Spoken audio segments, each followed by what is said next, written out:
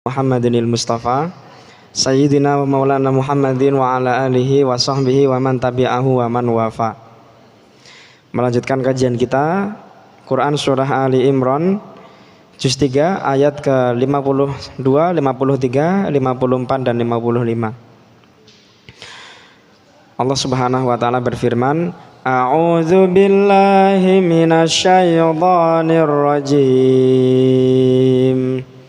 Bismillahirrahmanirrahim.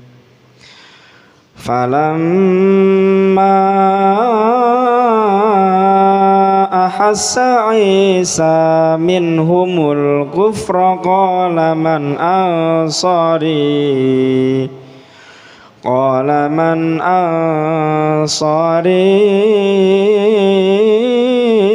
ilallah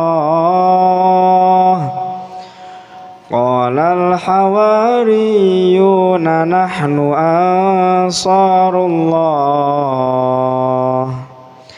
amanna billahi washhad bi anna muslimun. Rabbana amanna bima anzalta wattaba'na ar-rasula faktubna ma'asyahidin. Wa makaru wa makarallah wallahu khairul makirin. Idh qala Allahu ya Isa inni mutawaffika wa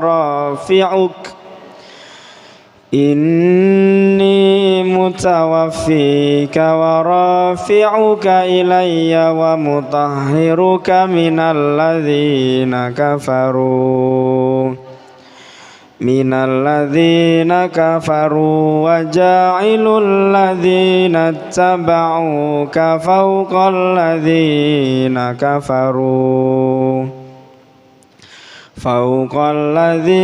kafaru ila yaumil qiyamah thumma ilayya marji'ukum fa'ahkumu bainakum fima kuntum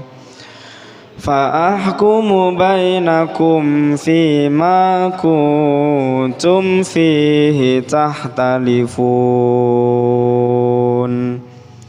Shadaqallahul azim. Radhiyallahu ta'ala anna wa ankum wa an kafatil mu'minin. Bismillahirrahmanirrahim.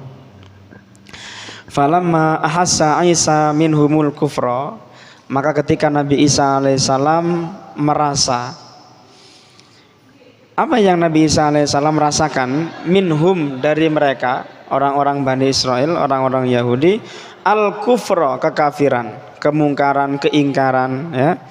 Qala man ansari ilallah, maka Nabi Isa alaihissalam bertanya kepada para sahabatnya, man ansari ilallah, siapakah di antara kalian yang ingin menjadi penolong-penolong Allah. Makanya kemudian agama mereka disebut dengan Nasrani, berasal dari kata Nasrani, Ansori, Nasrani, ya. Jadi Nasrani itu bisa diambil dari dua sejarah. Nasrani bisa diambil dari kampung lahirnya Nabi Isa, ya. Ada juga diambil dari kalimat man ansori, siapakah di antara kalian yang ingin menjadi Nasrani, ya. Maksudnya orang-orang yang membela Allah, orang-orang yang menolong agama Allah. Di ayat sebelum ini Allah Subhanahu wa taala menerangkan kepada kita tentang Nabi Isa alaihissalam, yang mana Nabi Isa alaihissalam ini Allah Subhanahu wa taala utus kepada Bani Israel, kepada orang-orang Yahudi, ya, berdakwah kepada mereka, menyampaikan kebenaran yang datang dari Allah Subhanahu wa taala. Dimulai dari Allah Subhanahu wa taala memperkenalkan Nabi Isa, wa yukallimun nasa fil mahdi wa kahla. Dan dia Isa alaihissalam sudah bisa berbicara bahkan setelah dia lahir fil mahdi, ketika masih berada dalam gendongan. Wakahla, dan Isa itu juga bisa berbicara ketika nanti dia sudah dewasa. Apa yang beliau katakan di dalam Quran surat Maryam?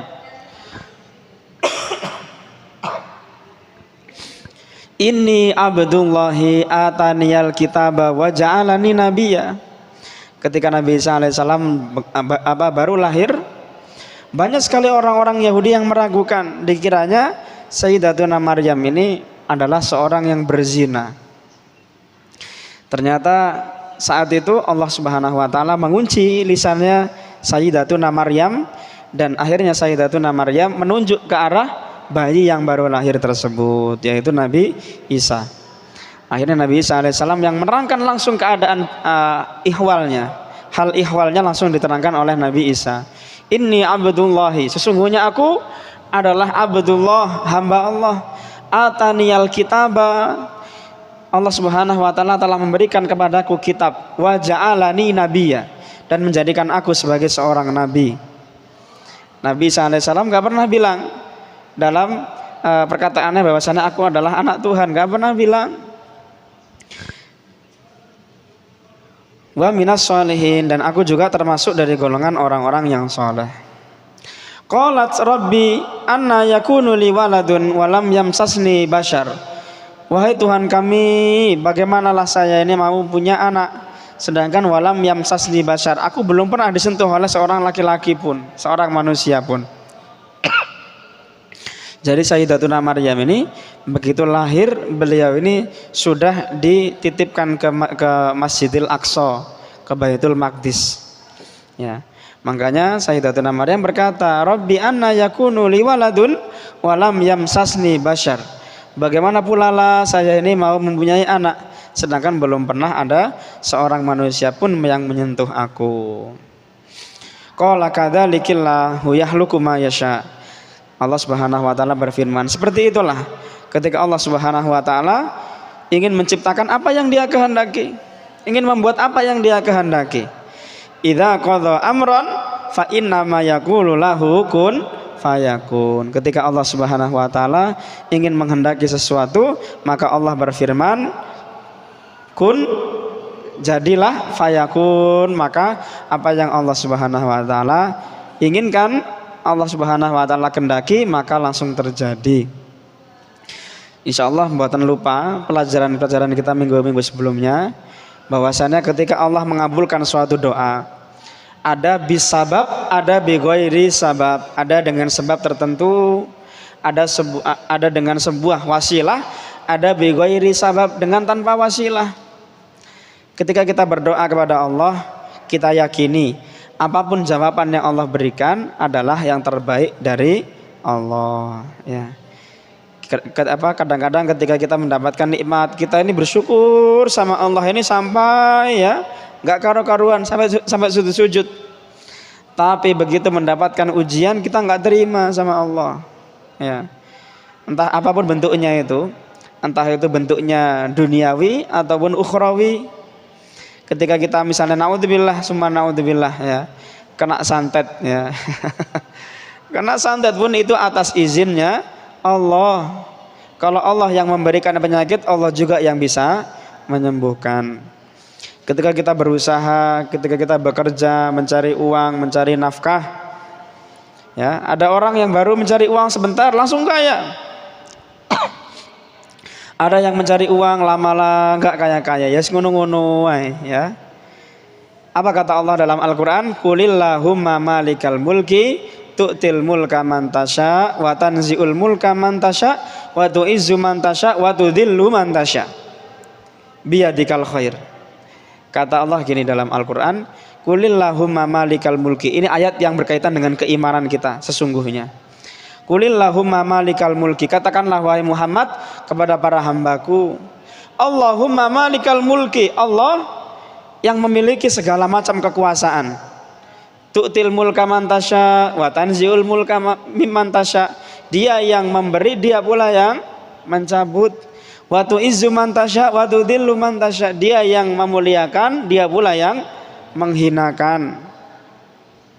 Ketika Allah ingin membuat hambanya menjadi kaya, apakah Allah bisa? Bisa. Ketika hamba yang sudah kaya Allah jadikan miskin, bisa? Bisa. Dengan izin siapa? Biyadikal khair, dengan kuasanya Allah, dengan izinnya Allah. Wa ma mataul hayatid dunya illa mataul ghurur, dan tidaklah kesenangan dunia ini hanyalah kesenangan yang menipu saja. Kalau kita minta harta di dunia, kalau kita minta rezeki yang berlimpah, belum tentu kita siap dengan tanggung jawabnya. Banyak orang-orang yang diberikan kekayaan, diberikan harta yang berlebih, diberikan banyak kuasa. Begitu sudah diberikan kuasa, sudah punya banyak harta, lupa sama Allah.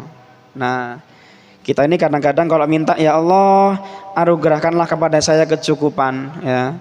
Anugerahkanlah kepada saya kemuliaan, ya. Tapi begitu Allah Subhanahu wa taala berikan kemuliaan itu kadang-kadang enggak siap. Ataupun kadang-kadang bertentangan dengan doa dia yang lainnya. Kadang-kadang kita kan berdoa, ya Allah, apa yang baik untukku pertemukanlah ya Allah. Apa yang tidak baik untukku jauhkanlah. Barangkali lah apa yang kita doakan barusan ini lebih didengar oleh Allah. Hambaku ingin yang terbaik untuknya. Kalau hambaku ingin yang terbaik untuknya, berarti harta bukan jawabannya untuk saat ini. Ya. Kita yakini bahwasanya apa yang Allah Subhanahu wa taala berikan itu yang terbaik. Kalau kita perhatikan orang-orang tua zaman dahulu, nggih, ketika mereka diberikan sakit gitu, apa kata mereka? Alhamdulillah aku loro. Tandanya pangeran pengen nek dosa-dosaku berkurang. Nah, betul ini. Ini bukan menghibur diri, ini betul. Pandai-pandailah kita ini dalam berhusnuzon. Orang tua dulu, ya, kalau kehilangan uang di jalan gitu, apa yang beliau katakan? Alhamdulillah, aku gak tahu sedekah, saiki duwe ilang wis anggap ae sedekah. Nah, pikirannya dibuat mudah, dibuat enteng, dibuat ringan, ya. Alhamdulillah. Jaluk anak diparingi anak, kok tiba anake kok yang gudone ram, ya. Bersyukur, alhamdulillah duwe anak kok yang gudoe. Iki tandane uripku ben ana warnane. Alhamdulillah, diterima dengan lapang dada. Walaupun setengah mengeluh, ya. Masih disyukuri, alhamdulillah, ya. Diberikan makanan setiap hari kok sama makanannya, ya tahu tempe, ya. Masih bersyukur, alhamdulillah kok diparingi tahu tempe, ya. Nah, aku bendino dikei panganan enak, ya. Engko wedine bosen, ya. Makane ayam itu ben rasane enak terus, makane bendino dikei tempe. Enak.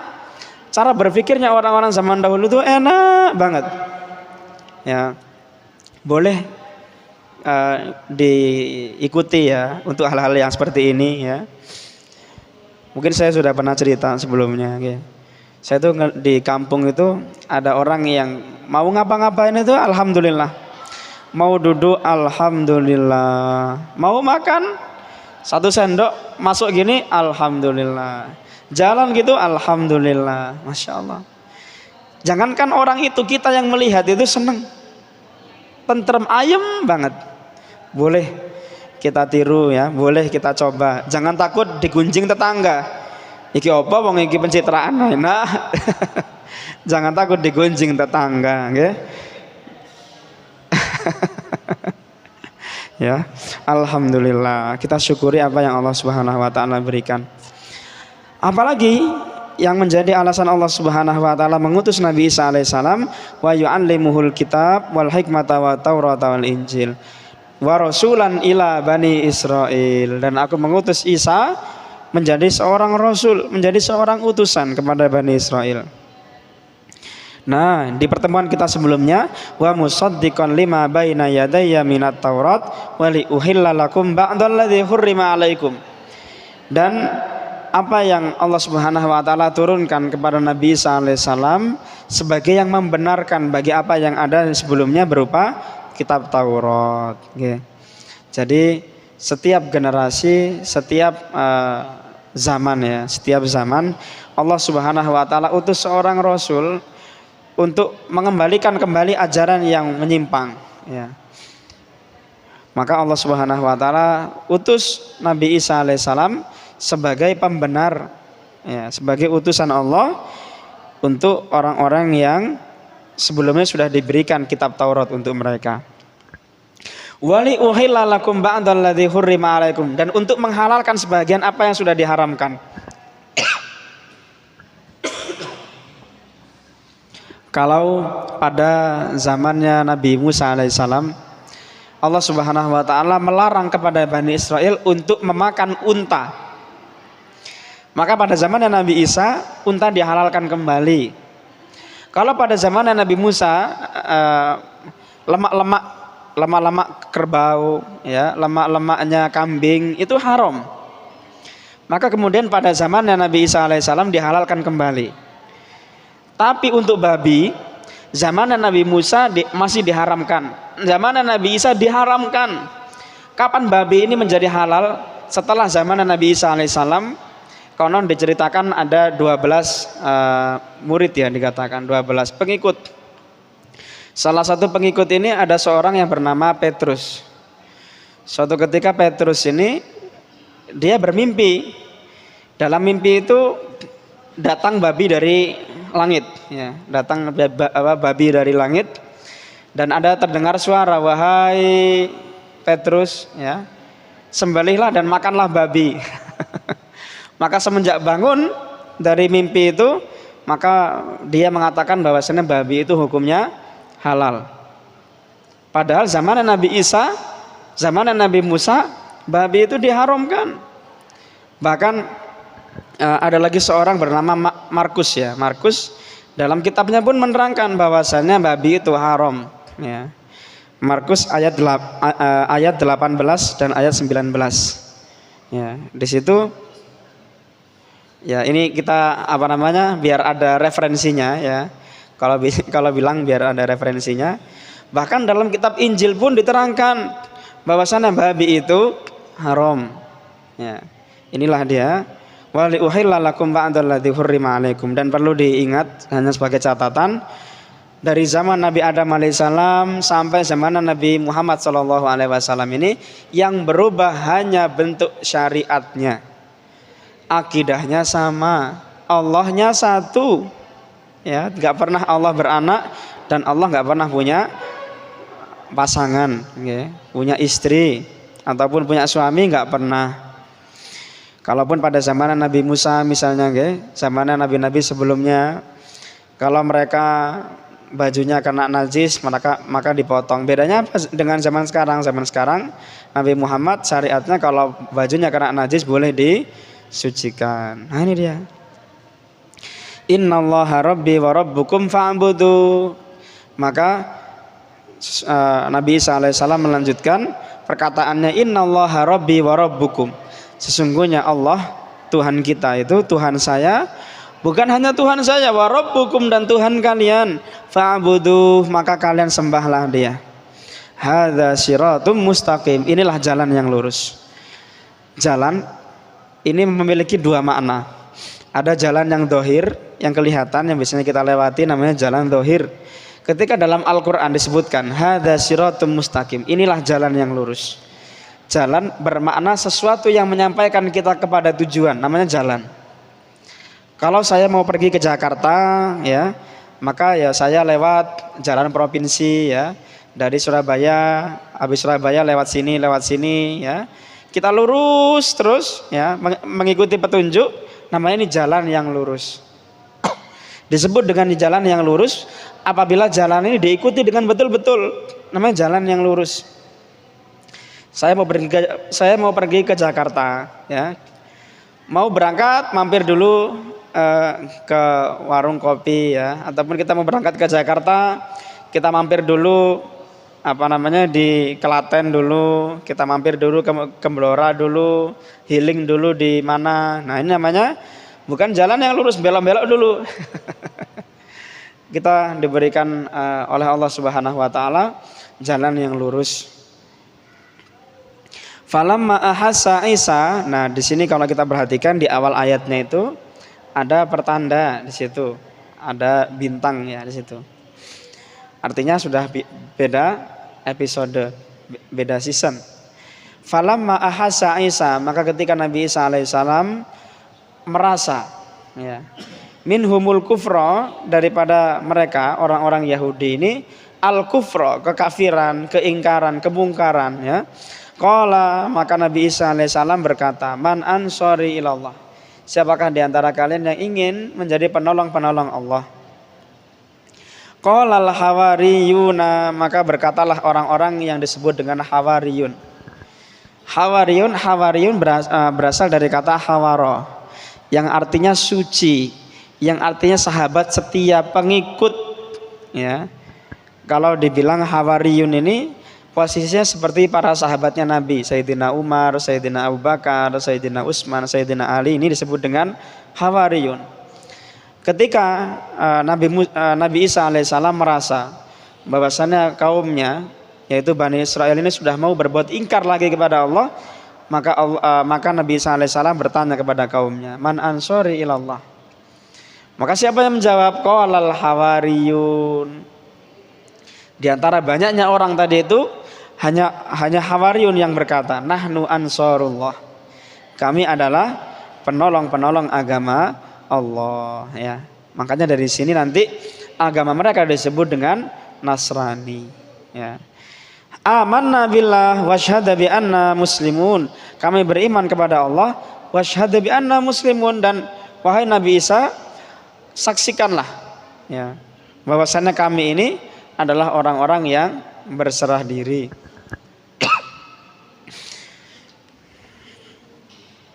Ngapunten nggih, hari ini rodok pilek nggih.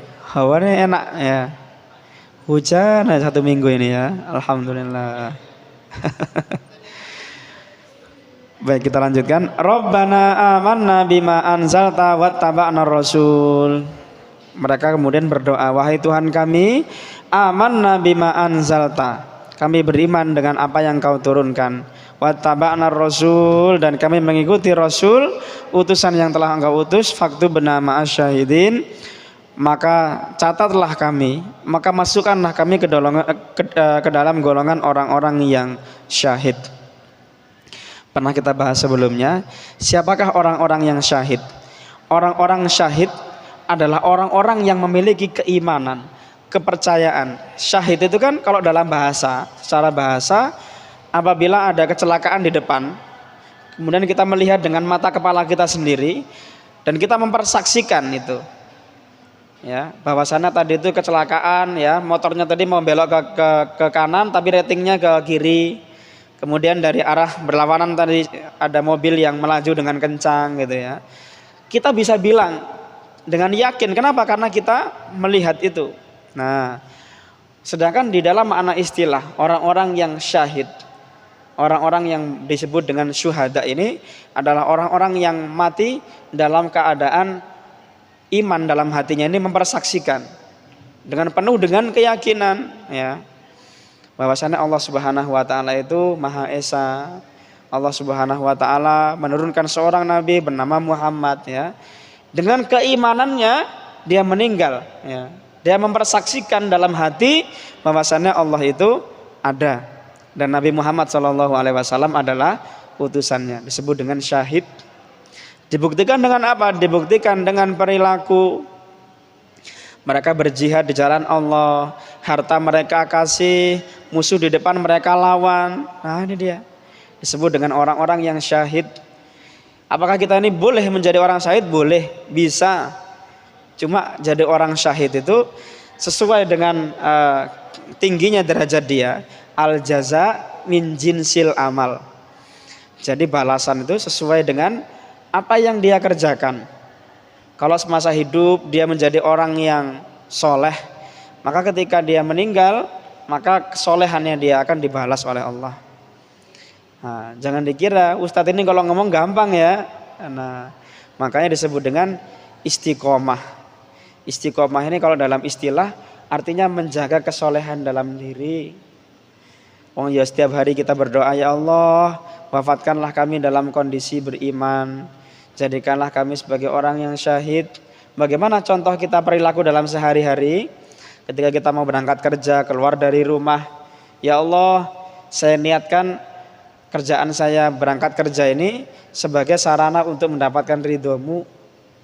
Insya Allah di tengah-tengah jalan kalau ada apa-apa, insya Allah termasuk dari golongan orang-orang yang syahid. Kenapa? Karena keluar tadi itu niatnya karena Allah. Cobalah kalau kita keluar dengan niatnya, ya Allah pengen golek duit sing akeh ya Allah, tok ya niatnya, gak ada niatnya karena Allah sama sekali, naudzubillah. Nah ini dia, faktu bernama asyahidin. Maka catatlah kami ya Allah, masukkanlah kami ke dalam golongan orang-orang yang syahid. Wa makaru wa makarallah wallahu khairul makirin. Dan mereka membuat tipu daya, dan Allah Subhanahu wa taala juga membuat tipu daya. Wallahu khairul makirin, dan Allah Subhanahu wa taala sebaik-baiknya yang membuat tipu daya. Suatu ketika ada seorang pemuda ya, datang gitu, dia bilang seperti ini, Ustadz, tadi saya sudah bisa menipu Allah. Loh, kok bisa ya? Tadi itu saya mau sholat, udah niat ya, ternyata ketika takbir nggak jadi sholatnya. Nah berarti kan saya sudah menipu Allah katanya ya. Kemudian saya bilang, bahkan sebelum kamu berniat menipu Allah ini, Allah sudah tahu bahwasanya kamu akan menipu Allah ya. Makanya banyak-banyak istighfar lah kamu ini ya. Ya, bahkan sebelum kita punya keinginan ya, sebelum kita punya niat untuk menipu Allah ini, Allah sudah tahu ya. Jangankan saat itu, bahkan jauh hari sebelumnya Allah sudah tahu. Nah, inilah yang disebut dengan wa makaru wa makarallah wallahu khairul makirin. Idz qala Allahu ya Isa, ketika Allah Subhanahu wa taala berfirman, wahai Isa, inni mutawaffika wa rafi'uka, sesungguhnya aku wahai Isa mutawaffika, yang mewafatkanmu, wa rafi'uka, dan yang mengangkat kamu, ilayya, kepadaku, wa mutahhiruka minal ladzina kafaru, dan aku pula yang mensucikanmu dari golongan orang-orang yang kafir. Ketika Nabi Isa alaihissalam lahir, maka kondisi orang-orang di sekitarnya saat itu adalah orang-orang yang kafir. Walaupun begitu, Allah Subhanahu wa taala sucikan beliau. Allah jaga imannya, Allah jaga takwanya ya. Dan Allah jadikan beliau ini manusia pilihan. Wa ja'ilul ladzina tabauka fauqal ladzina kafaru ila yaumil qiyamah. Dan aku menjadikan orang-orang yang mengikutimu, nah, ini lebih condong kepadamu di atas orang-orang yang mereka kafir ya. Allah berikan hidayah, Allah berikan petunjuk kepada orang-orang yang mengikuti Nabi Isa ya. Allah jauhkan mereka dari orang-orang yang kafir ila yaumil qiyamah, sampai hari kiamat tiba mereka akan dijaga oleh Allah Subhanahu wa taala. Tsumma ilayya marji'ukum fa'ahkumu bainakum. Nah, kemudian kepada Allah Subhanahu wa taala lah marji'ukum, tempat kembali kalian. Fa'ahkumu bainakum fima kuntum fihi tahtalifun, maka hukumilah sesuatu di antara kalian fima kuntum fihi tahtalifun, di dalam apa yang kalian adalah di dalam urusan tersebut kalian berselisih. Kalau kita perhatikan kalimat summa ilayya marji'ukum ya, summa ilayya marji'ukum, kemudian kepada Allah lah kalian akan dikembalikan. Ini sama dengan kalimat inna lillahi wa inna ilaihi raji'un ya. Kalau kita dapat musibah, kalau kita dapat ujian, kalau kita dapat cobaan ya, bukan hanya ketika ada orang meninggal. Kalau kita mendapatkan ujian pun kita disuruh mengucapkan inna lillahi wa inna ilaihi raji'un. Sesungguhnya kami milik Allah dan kepada Allah lah kami kembali. Kalau sudah kita kembalikan kepada Allah semuanya akan terasa mudah ya. Dapat ujian, inna lillahi wa inna ilaihi raji'un ya, sesungguhnya kami ini milik Allah ya. Bahkan nafas yang kita hirup, nyawa yang kita gunakan ini akan kembali kepada Allah ya. Oleh karenanya disebut dengan kalimat istirja. Kalimat istirja itu yaitu inna lillahi wa inna ilaihi rajiun. Kalimat yang selalu mengingatkan kita bahwasanya kita ini milik Allah. Baik, insyaallah kajian kita sampai di sini. Kembali lagi saya ingatkan, nggak bosan-bosan guys, saya ingatkan kita ini mau masuk ke bulan Ramadan lah. Selalu saya wanti-wanti, nanti jangan sampai pada bulan Ramadan tiba, ya utamanya kita bisa lihat dari mana semangatnya. Kita lihat dari sholat tarawih itu ya. Minggu pertama full ya, sampai Pak Tamir itu gelar kloso sampai ujung-ujung sana juga, belakang-belakang sana juga ya, full ya. Barang minggu kedua, minggu ketiga mengalami kemajuan ya, nggak tanggung-tanggung softnya ini sampai setengahnya ini, kadang-kadang seperempat. Apalagi kalau sudah 8 rakaat itu ya, nah tinggal 1 baris lah itu. Apalagi kalau sudah Hamin 1 sebelum hari raya itu 1 saf aja nggak ada di sini, ya Allah. Nah ini dia, kalau boleh lah kita ini disebut dengan istiqomah itu ya, bertahan dari awal hingga akhir. Istiqomah ini memang berat, istiqomah ini memang banyak ujiannya. Makanya derajatnya orang yang istiqomah ini nggak sama dengan orang-orang yang biasa-biasa saja. Dalam Quran surat Al-Waqiah itu Allah membedakan golongan itu menjadi 3 golongan. Ada ashabul yamin, golongan orang-orang kanan, orang-orang yang berbuat kebaikan.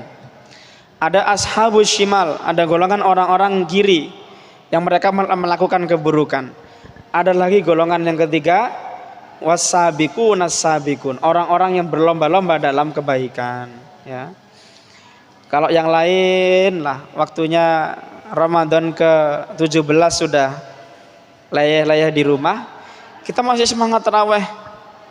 Kalau yang lain lah datang sholat subuh, anggar datang aja, kita datangnya bukan pada waktu sholat subuhnya, kita datang 1:30, 1:30, berlomba-lomba dalam kebaikan. Insya Allah semoga kita semuanya dalam lindungan Allah, diberikan kesehatan, dipertemukan dengan Ramadan, dipertemukan dengan bulan yang mulia, digolongkan dalam golongan orang-orang yang beriman dan beramal soleh. Semoga kita kelak dimuliakan oleh Allah, diberikan kenikmatan husnul khotimah. Subhana rabbika rabbil izzati amma yasifun, wa salamun alal mursalin, walhamdulillahi rabbil alamin. Lillahi ta'ala al-Fatihah.